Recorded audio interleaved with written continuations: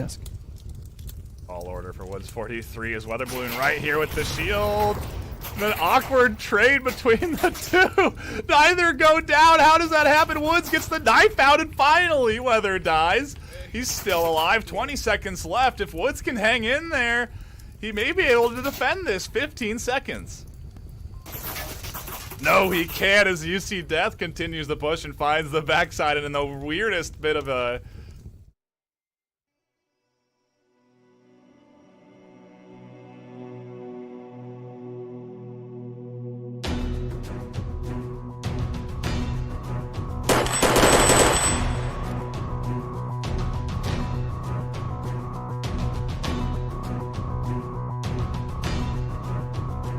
It's your man, PooNanners, your Texas caster and hype master. And your caster extraordinaire with the copper-toned hair. I'm Sleepy. That's right. Sleepy not afraid to put his hands on the table today. So that's a nice change of pace, right? I am. No, I'm actually here. I'm in our studio. See, look, we're really here. See, we can touch. We can high Sort five. of. See?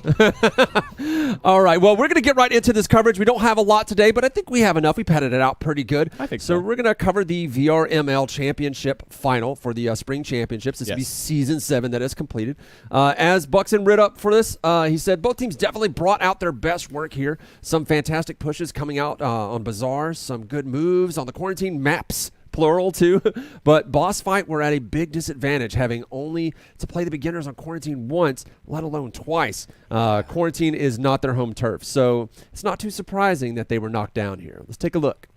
Absolutely. And as we get into the first clip here, we're going to miss the first part of this one. Scorpio will have snaked his way up right into the fountain area where Smoils of the beginners likes to take up defensive position. Disrespect. Now, Woods 43 goes ahead and checks his tablet. He sees that the objective is basically defenseless. He rushes in, and we'll see Scorpio take some shots. Now, those shots will not connect, and now it's all up to the remaining two members of Boss Fight as they push in. We'll see Kev rushing in here. If Woods 43 will get taken down by Scorpio from the fountain, somehow Kev manages to run right by that, though, but eventually Scorpio sees it the second time around, takes down Kev, and Boss Fight take the lead on map 1, 1-0. And immediately we roll into clip number 2, which is where beginners say, we ain't having none of that.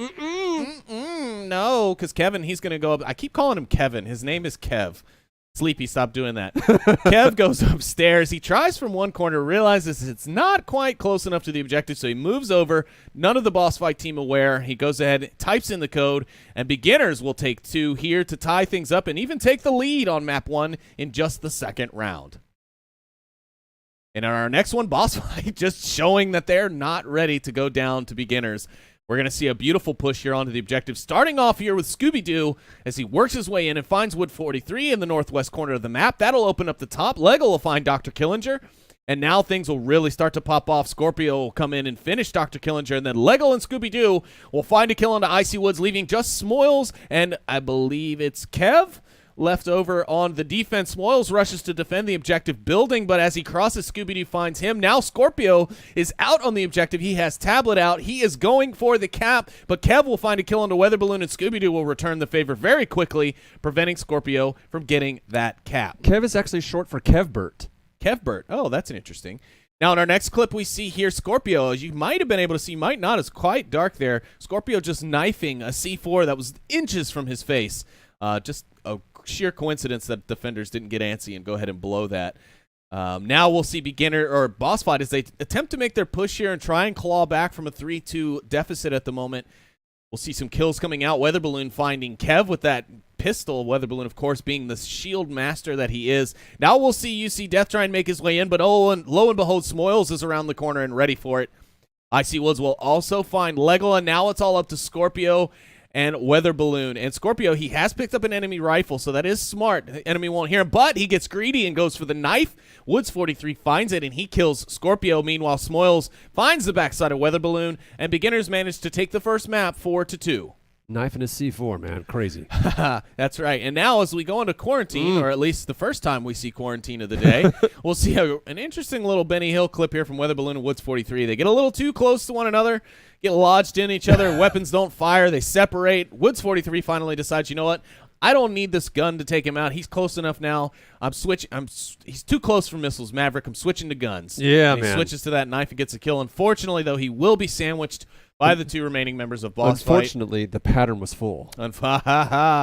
Negative Ghost Rider. That pattern is full. Speaking of Ghost Riders and fighter jets, we're going to see probably the best joint tactical air controller I've ever seen in Dr. Killinger here as he launches an airstrike over towards the southeast hills and boom! Right on top of Scooby-Doo. Like it was planned, like he has a laser designator, like he's a member of this USAF Special Forces team. How, man? These guys with their laser skills with those, you say laser designator, I say aimbot. It is impossible. Human beings can't do that. Just flip the table like Maverick because nobody's cards are that good. Beginners just roll on through, taking it 3-0. 3 maps out of a best of 5, just taking it down and getting that qualification, that golden ticket to the VRL finals. Which leaves us to some coverage that we have for the North American closed qualifier that happened the week before. And let's give everyone a brief overview of what happened. I'm just going to skim right through these clips for you. Sleepy, take over. Absolutely. And as a reminder, this is VR League, so this will be the ESL tournament. We are no longer talking about VR Master League.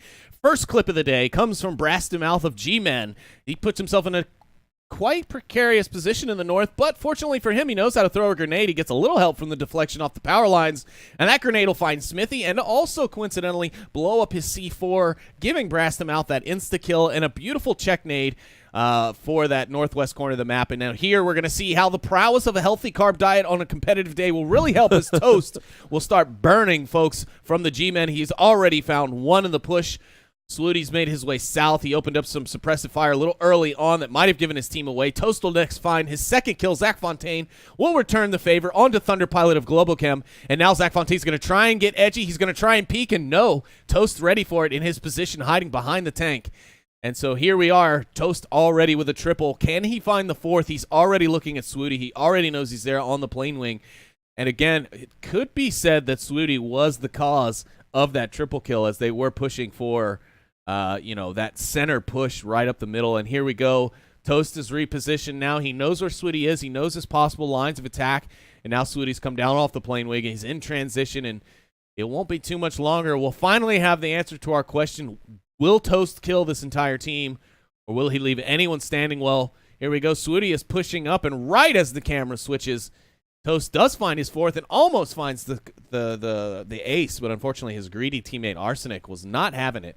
Classic Arsenic. Next, we move into Mob Squad versus Rome, and here, Lucky AF is anything but lucky today. He will be the only one of of Rome to pick up any kills in this round, and even finally checks the objective, but just a little too late, and a beautiful grenade that gets tossed goes unwarranted as Mob Squad picks up the cap, but if I remember that round correctly, it did take Mob Squad quite a while to get that cap. Oh, yeah. Then in our final clip, this will come to us from the lower bracket finals as G-Men and Mob Squad duke it out once again to see who will take that coveted second spot in the VR League finals. Our Semper is going to be left alone as the G-Men smoke and rush to the point. Our Semper here, being the wily man that he is, will find one in Zach Fontaine, who's capping downstairs, but as he takes his defensive position, he's completely unaware of the ghost who snuck upstairs and is now capping completely undetected. And there it is. We can see G-Men secure the cap and the 2 points there and basically start off what will be the end of Mob Squad in the VR League online closed qualifiers. That is correct. In the end, Globochem and G-Men secure the first and second seats at the VRL finals as a result of all that you witnessed Sleepy very speedily kicking out for us. And, I thought this is something, anybody who's introduced themselves to Toast and got to talk to him knows that he's a really nice guy. But the nicest thing about him is that he also makes other players toast. I mean, that's literally what he does. He turns them into toast, so to speak. And, you could say it's unfortunate that Arsenic took that last kill from him, but really, I think Arsenic was also trying to offer other people the chance to be turned into toast. Yeah, but he's trying to get in on the love, I don't think Arsenic can turn people into toast, though. I feel like, Arsenic would poison them. How hard is it to make toast, though? I mean, it's not hard, but I don't know if I want arsenic toast, though. Well, we don't want revives.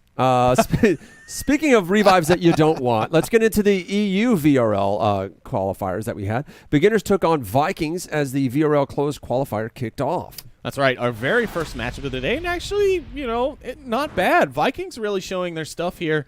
But, of course, beginners being beginners, we're going to see exactly how that turns out for Vikings here in just a moment. And, of course, like many beginners rounds, not all of them, but many of them, things don't really start happening until that last minute. And we can see here 1 kill coming out already from the Viking side.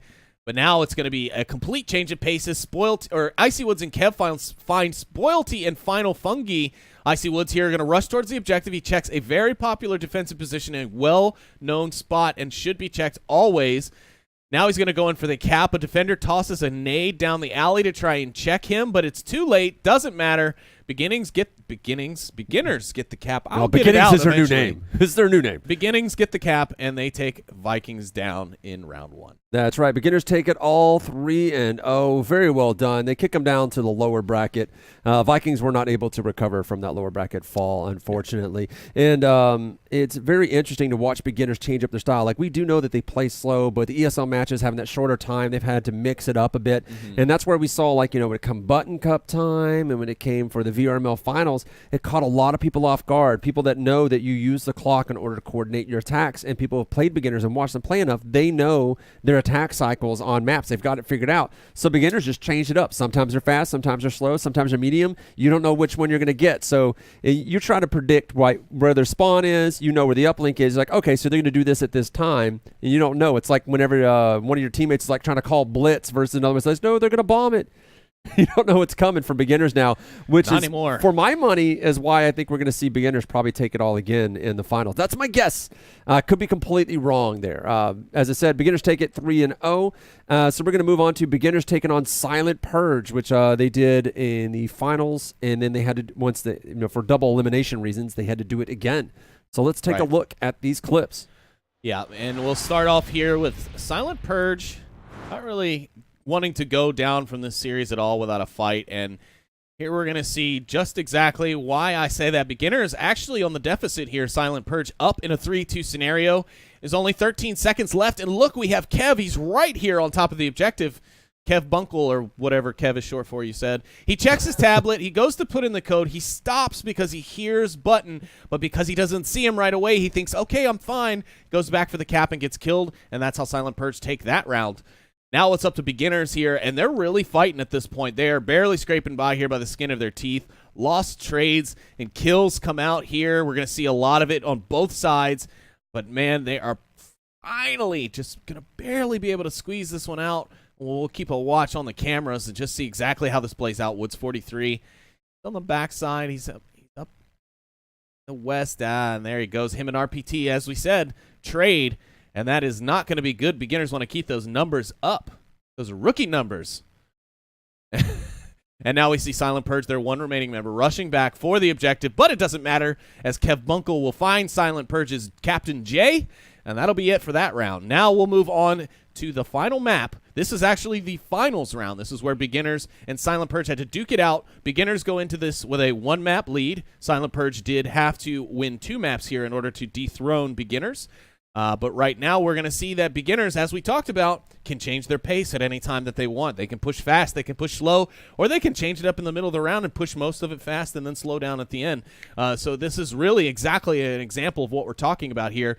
4 minutes and 35 seconds left on the clock, and look how close the beginners are to the objective. This is just something it's unheard of, in seasons past. Beginners just standard, methodically slow, and not for no reason, as we talked about, they use that time to get into position. We can see Smoils here finding a kill onto Jet Black. Architect trying to find his way back to help his team, but not going to happen. A lot of utility usage, but there it is. Dr. Killinger finds the kill on Architect, and they give beginners that win. That's right. And with that win over Silent Purge, beginners double qualify for the VRL finals, which means Boss Fight, who came in second in the VRML finals, will get that 4th and final spot. Now, just to make it clear, Kev is actually short for Kevbert. Because you have it's a classic shortening. You have Albert, Robert, Engelbert, Kevbert. Everyone knows this. So moving on, you have something to say about the format, right? About how this happened? Yeah, I mean, I just want to kind of clarify. I know Silent Purge is kind of licking their wounds after being kind of knocked out, if you will, from qualification on the VR League finals. Yeah, I mean, they played a heck of a game, and I don't want to take that away from them at all. But at the same time, we made we combined and organized this in order to give players just more opportunities to qualify. And of course, we didn't foresee beginners winning both the VRML and the VRL and kind of making that. And of course, with Boss Fight placing second in the VRML and then having such a bad day the next day and getting kicked out quite early in the rounds, it's not something we really could have predicted. So, we apologize for the inconvenience. And Silent Purge, you guys played well, and I hope to see you guys come back with that same fervor next season because we really need it.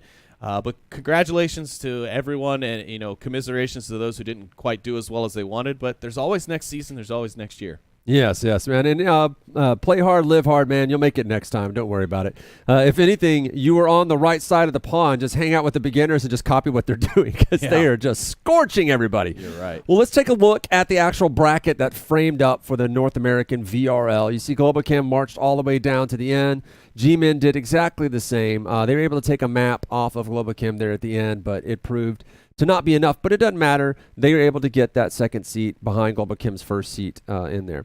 Looking at the EU brackets, you can see it was a similar story. Silent Purge marched all the way down, so did beginners. They were able to take a map off of beginners, but it didn't end up working out for them in the end, as you saw in the clips.